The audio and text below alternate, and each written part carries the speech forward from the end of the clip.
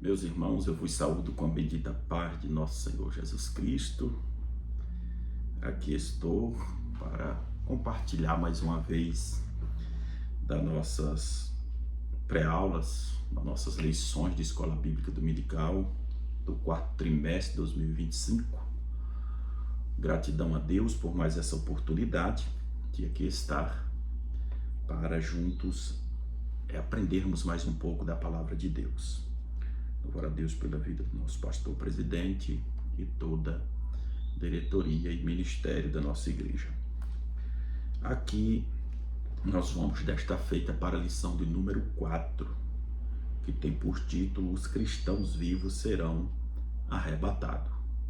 Como é conhecedor dos irmãos, conhecido, estudamos sobre sinais que precederão o arrebatamento.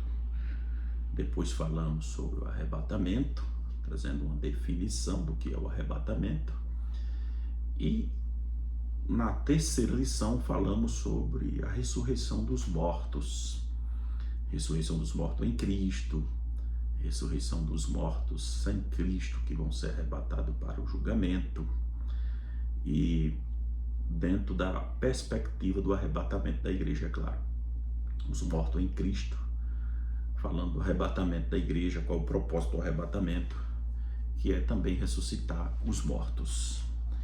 E como estamos numa sequência, uma vem dando sequência a outra, nesta lição nós vamos falar sobre os cristãos vivos serão arrebatados.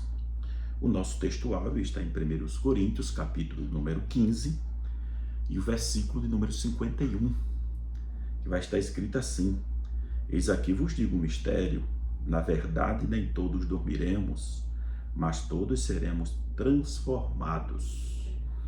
Então, aqui tem uma promessa para os que estão vivos, aguardando o arrebatamento da igreja. Então, nem todos vamos dormir, ou morreremos, em outras palavras, mas aguardaremos o arrebatamento e neste momento seremos transformados. Verdade prática. Paulo revela um mistério que nem todos dormiremos, mas seremos tirados da terra num piscar de olho. Então, os vivos que estarão na terra no arrebatamento vai ser tirado daqui num piscar de olho, muito rápido. É uma rapidez muito grande, né? E não dá para cronometrar. Alguns dizem que dá de 5 a 7 milésimos de segundo, né? Um cálculo aí, mais ou menos. Então aqui nós temos o objetivo geral da nossa lição, que é afirmar que a igreja será arrebatada. Objetivo geral. Nós temos 3 objetivos específicos. Primeiro, definir como será o arrebatamento. Segundo, informar como se dará o arrebatamento da igreja. E terceiro, explicar como ocorrerá o arrebatamento. Então nós temos aí os 3 objetivos específicos, já dando uma ideia do que vamos tratar no decorrer da lição de número 4. Então sempre falando do arrebatamento da igreja. O título da lição é Evidências do Arrebatamento.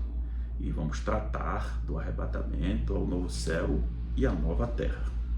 A nossa introdução, Jesus vem nos buscar pelo seu imenso amor, com muita rapidez para moradas eternas. Para a morada eterna, tão almejada pelos crentes salvos. Então, Jesus, como ele prometeu, ele vem nos buscar.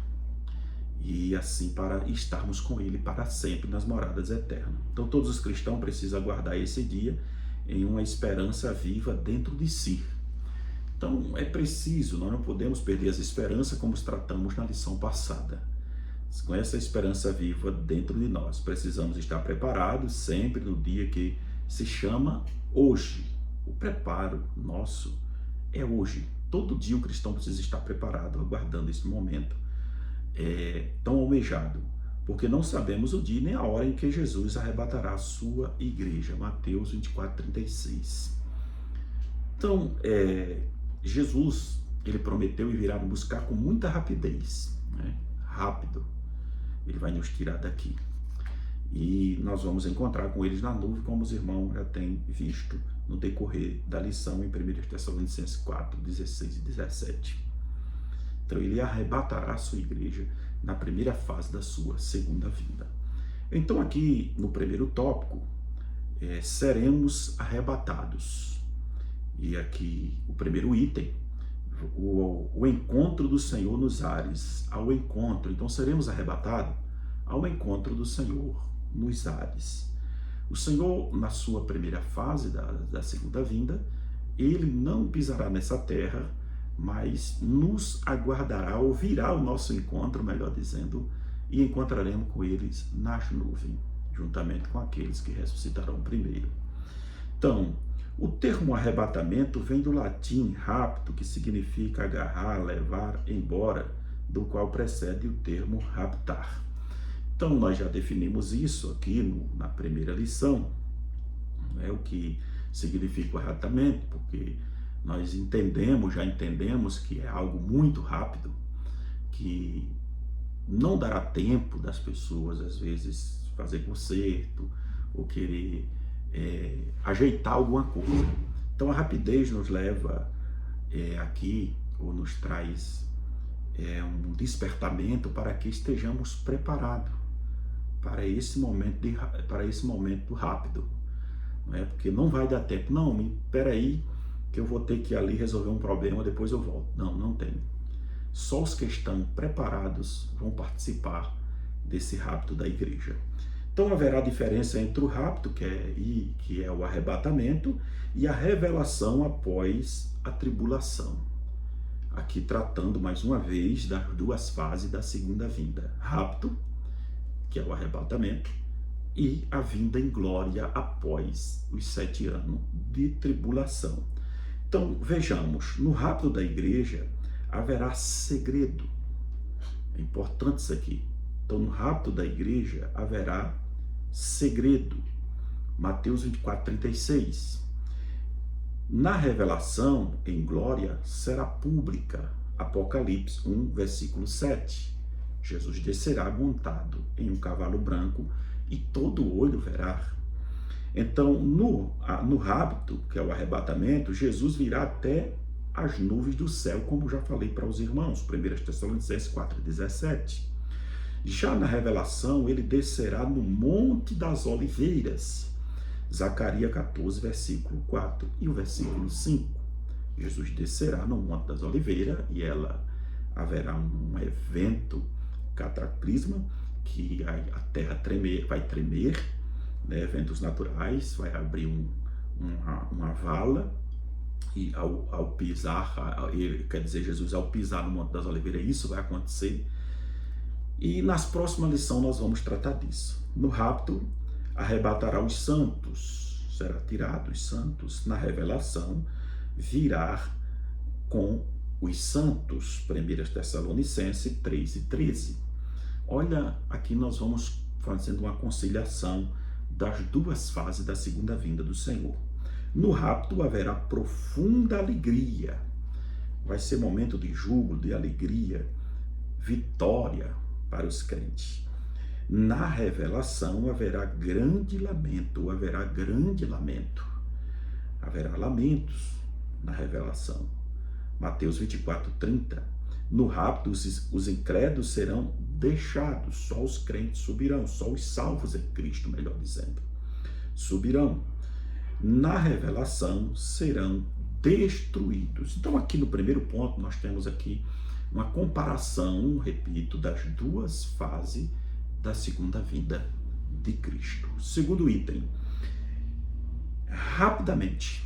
Então, falando mais uma vez da rapidez. Essa é a tradução adequada para o termo em Atos 8:39, em que o Espírito arrebatou a Filipe. Depois, ele levou o etíope à fé em Cristo.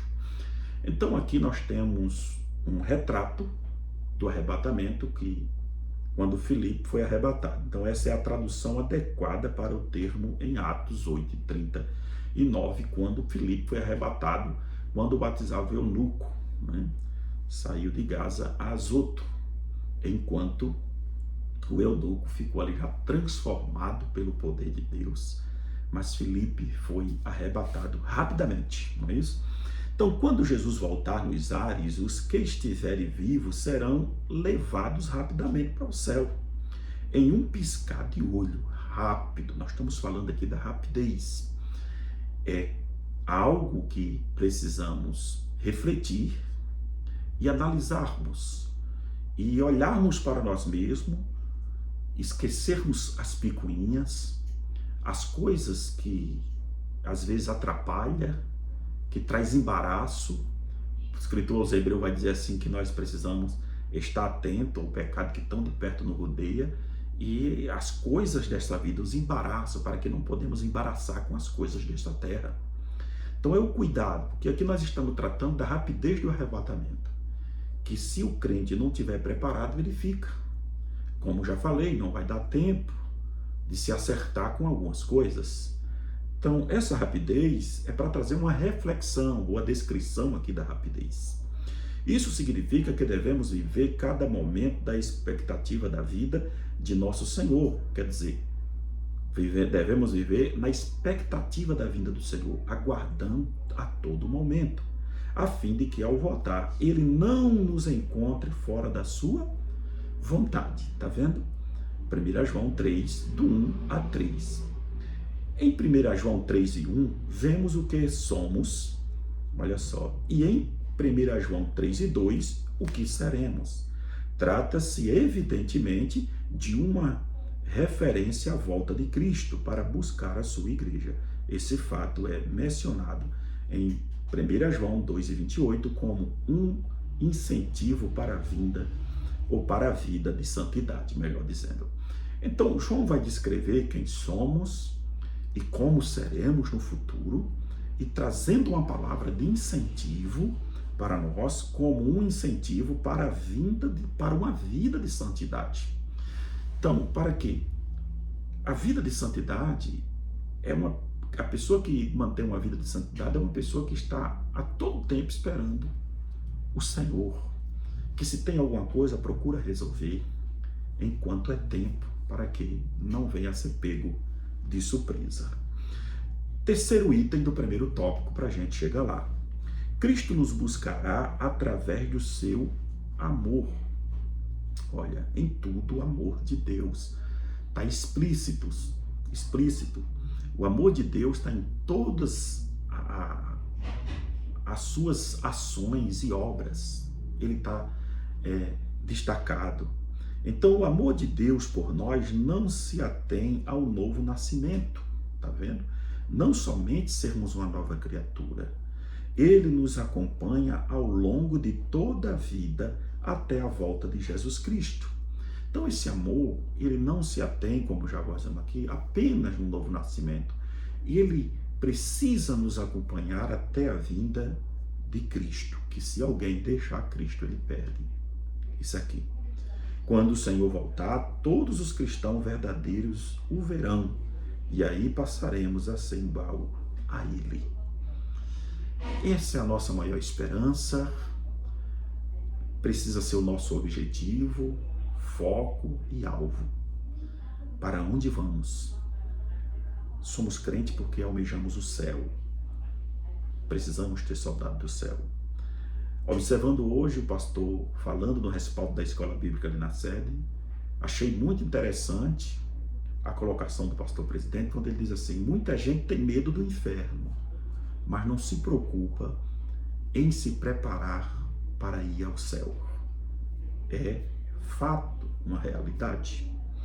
Então, Cristo vem nos buscar e nos transformar para sermos igual a Ele, ganhar um corpo incorruptível, imortal, livre das doenças terrenas, livre de dores, livre de angústia, livre de choro, de tudo, como diz em Apocalipse 21 e 4. E o versículo 5 diz: porque aquele que está sentado no trono fará nova todas as coisas. Filipenses 3, versículo 20 e 21. Isso significa, evidentemente, que passaremos a ter um corpo novo e glorificado, adequado à eternidade no céu. Então nós não vamos para o céu, a palavra de Deus vai dizer no Apocalipse que lá não entra nada que contamine o céu. Então, por mais que nos santificamos e buscamos a Deus e aguardamos a presença do Senhor, vamos de forma automática sermos transformados, ganhar um corpo glorioso. Essa natureza velha pecaminosa fica aqui, ela não entra no céu, vai entrar algo novo, transformado, hino novo, nome novo, tudo novo vai ser. Então, mas o apóstolo João vai ainda mais longe. Ele já havia descrito o que somos e o que seremos, como falamos no tópico anterior. Agora destaca o que devemos ser. Em João 3:3, em 1 João 3:3, tendo em vista a volta de Cristo e preciso manter a vida pura. Tendo em vista a volta de Cristo como é o nosso alvo, nosso objetivo, nosso foco, a nossa esperança, é nos mantermos puros. Então, todos quanto têm em vista isso, preocupa com a sua vida, evita certas coisas, procura andar em santidade para não ser pego de surpresa na volta do Senhor. Vamos mais adiante, segundo tópico, tomar para si, né? Levar para outro lugar. O Senhor vem nos buscar para Ele. Ele disse aos discípulos, eu vou para o Pai, mas eu volto para buscar para que onde eu estiver, vocês estejam também junto comigo. O maior desejo do Senhor é que nós estejamos junto com Ele para sempre. Ele não morreu na cruz por acaso, Ele não derramou a sua última gota de sangue por acaso. Ele veio com um propósito, salvar a humanidade. Mas como o homem tem livre-arbítrio, só vai poder ir os que resolver entregar a sua vida a Jesus. É um direito de cada um de fazer escolha e tomar as suas decisões, né? A decisão para Cristo é a melhor. Então levaram para outro lugar, tiraram daqui para outro recinto, um lugar bem melhor, bem mais agradável. Então nós não podemos se apegar com nada daqui. Paulo usa essas palavras quando descreve sua ida ao céu, em 2 Coríntios, versículo 1, capítulo 12, do versículo 1 ao versículo 4. Paulo vai descrever isso. Se eu conheço um homem, não sei se na carne ou no espírito, foi levado até o terceiro céu, né? E viu coisas indizíveis que aos homens não era lícito contar. Então, nessa passagem, Paulo reafirma a realidade do céu e mostra que Deus irá levar seu povo para lá. O terceiro céu ocorrido ao paraíso, o terceiro céu corresponde ao paraíso, o céu dos céus, onde Deus habita em glória. Então é para lá que Ele quer nos levar. Deus honrou Paulo, concedendo-lhe visões, revelações, mas ainda permitiu que ele ouvisse coisas inefáveis enquanto estava no céu. Paulo ouviu segredos divinos compartilhados a ele, coisas proferidas por Deus e pelos seres celestiais, mas restrito a ele. Somente eles. Fique com você, não conte, não dê nada a ninguém. O contrário de João, né? Deus disse, vê, João escreve, mostra. Paulo foi como Daniel, celes. Não é para dizer algumas coisas que Deus disse para Daniel que não era para revelar. Então Paulo teve o privilégio de ir ao terceiro céu, ver coisas indizíveis, inefáveis, coisas que Deus mostrou para ele, as coisas do céu, mas ele disse, isso é um segredo, vai ficar restrito a você. Nós, os salvos, só iremos para o céu somente quando morremos ou no arrebatamento. Essas duas opções o salvo tem. No entanto, podemos encontrar grande estímulo no fato de que hoje estamos assentados com Cristo nos lugares celestiais. Efésios 2:6. Somos representados por Cristo no céu. Glória a Deus. Por isso, então, meus irmãos, o segredo é estar preparado. Nós vamos para o céu, ou quando morremos, ou quando no arrebatamento. Então, quando alguém morre, ele vai para o paraíso, aguardando o arrebatamento da igreja, né? Ele vai ficar aguardando. Essa ideia que Jesus voltou para essas pessoas, não. Eles estão livres do perigo, que a Bíblia diz, bem-aventurados que morreram, porque esses já estão livres do perigo, já estão livres. Então, segundo item, do segundo ponto, do segundo tópico, Jesus foi preparar-nos o lar. Então, ornamentar, preparar a casa para guardar a noiva, A função do noivo era ir a organizar a casa, tudo, para o encontro da noiva, para o momento acertado para encontrar com a noiva. E a noiva chegava, estava tudo preparado.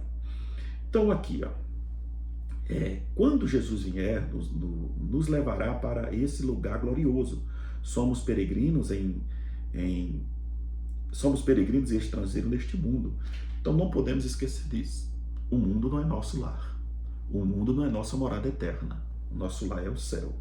Então nós somos peregrinos, estrangeiro. Estamos aqui de passagem.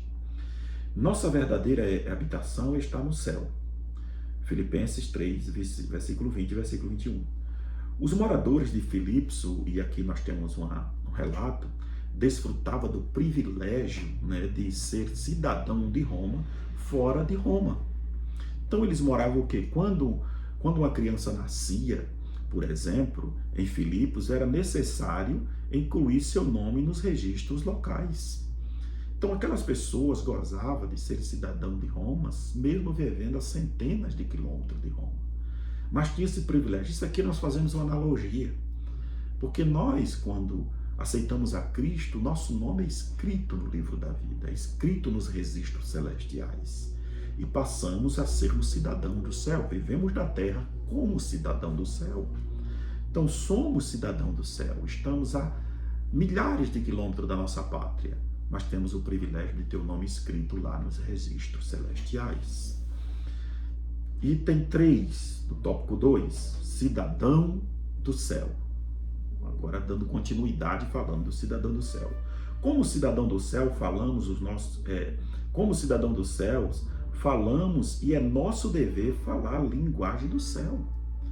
Então você vê gente por aí com linguagens ou com linguajagens inadequadas de um crente, de um salvo, de um servo de Deus.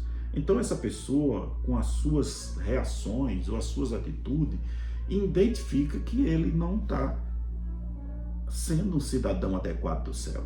Então nós temos que falar a linguagem do céu. Então todos quanto vivem preocupados só com as coisas daqui, com toda certeza, só se preocuparão com as coisas terrenas e só falarão das coisas terrenas. Vai sair aí o hino, o som do hino, começou o culto ali, mas vamos lá, deixa como fundo musical aí, né? Então, observe, irmão, é muito sério, afinal, o que sai da boca revela o que encontra-se no coração. Você se depara com uma pessoa que só fala das coisas da terra, daqui. O coração está cheio, a boca vai falar, né? Mas quem sonha com o céu, deseja o céu, e está, como se diz, sempre ali envolvido com as coisas de Deus, sempre vai falar das coisas de Deus. Então o cidadão do céu compreende as coisas espirituais, gosta de falar sobre elas e de compartilhá-las uns com os outros. Essa é a nossa alegria quando encontramos uns com os outros. Quarto item, esse segundo tópico nós falamos aqui, quarto item. Então, cidadão do céu obedece às leis do céu. Quando você vê alguém que tem dificuldade de obedecer às regras estabelecidas na igreja, né? Porque o pastor é aquela pessoa, a autoridade que Deus colocou para delegar a igreja, para governamentar a igreja aqui embaixo, através de Cristo. E a pessoa não quer obedecer, sempre dá alguma resistência, você pode ter certeza que esse cidadão aí, ele está querendo ficar por aqui mesmo e não quer ir para o céu. Vamos lá. Terceiro, seremos levados para o céu. Né? Seremos levados para o céu. Então, primeiro item, seremos livres do perigo. O objetivo do Senhor nos levar para o céu é nos livrar da tribulação que há de vir. Apocalipse 3:10. É nos livrar da ira que será derramada sobre esta terra. É nos livrar do perigo de tudo quanto há de acontecer. Esse é o objetivo. Segundo, encontraremos com o Senhor nos ares. Quando o Senhor vier buscar os salvos, encontraremos com Ele pessoalmente nos ares. Nós até falamos um pouco sobre isso aqui, dando sequência, para alguém pensar assim, não ficar repetido. Não, não é. Estamos dando sequência a cada ponto. O termo grego traduzido por encontro tem o sentido de encontrar-se com alguém da realeza ou com alguma pessoa importante. Tá vendo? Caminhamos com Cristo pela fé aqui na terra, mas iremos vê-lo como ele é, nos tornaremos semelhante a ele, e nos tornaremos. Andamos com ele pela fé, mas encontraremos com ele, porque o termo aqui, como já destacamos, o termo grego traduzido por encontro tem o sentido de encontrar com alguém da realeza. Nós vamos encontrar com o Rei dos Reis e Senhor dos Senhores, e vivermos com ele para sempre e ser como ele é. Terceiro, seremos levados às moradas eternas. Então entenda, nós estamos dando sequência a cada um dos pontos, com mais detalhes de cada um dos assuntos que já foram tratados. Então vamos lá, nosso encontro com o Senhor também será uma ocasião de prestação de contas. Já observe isso aqui, é importante, dando ênfase ao que vamos tratar nas próximas lições. A próxima vamos falar destino dos salvos céu, e aí após já entraremos no tribunal de Cristo. Então essa é a ideia, seremos levados ao tribunal de Cristo, observe. Então já estamos aqui dando juntando as peças, vamos dizer, para que venhamos entender. O termo grego para tribunal é bema. Vamos tratar disso em lição posterior, a partir da lição 6 e 7. Bema refere-se ao local onde os juízes da competição olímpicas da antiga Roma entregavam as coroas aos vencedores. Era um púlpito feito de madeira ali, colocava, e os juízes se utilizavam daquilo para premiar ou dar os prêmios àquelas pessoas que corriam em um estádio ou os atletas da época. Então era isso. Aí aqui no Bema, Tribunal de Cristo, será julgado as nossas obras e as recompensas serão distribuídas. Então o que será julgado do Tribunal de Cristo? Obras. Somente os salvos comparecerão nesse tribunal para receber suas recompensas. Só que nós vamos tratar nas próximas lições, não vou entrar nisso aqui, que pode haver uma reação naqueles que chegarão lá, porque isso tem causado dúvida, mas deixa para nós tratar isso na próxima lição. Não devemos confundir o tribunal de Cristo com o grande trono branco do juízo final, descrito em Apocalipse 20, versículo 11 ao versículo 15. É possível fazer um contraste desses dois acontecimentos da seguinte maneira. Primeiro, no tribunal de Cristo, somente os crentes comparecerão, isto é, logo depois do arrebatamento da igreja. E o último vai dar depois do milênio, e somente os não salvos comparecerão para ser julgado, como está escrito, e ser lançado no lago de fogo. Então, meus irmãos, quero ficar por aqui, que Deus abençoe. Trouxe aqui essa pequena palavra, trazendo uma luz, como se diz, um clareamento acerca do assunto. Que Deus abençoe e boa aula a todos.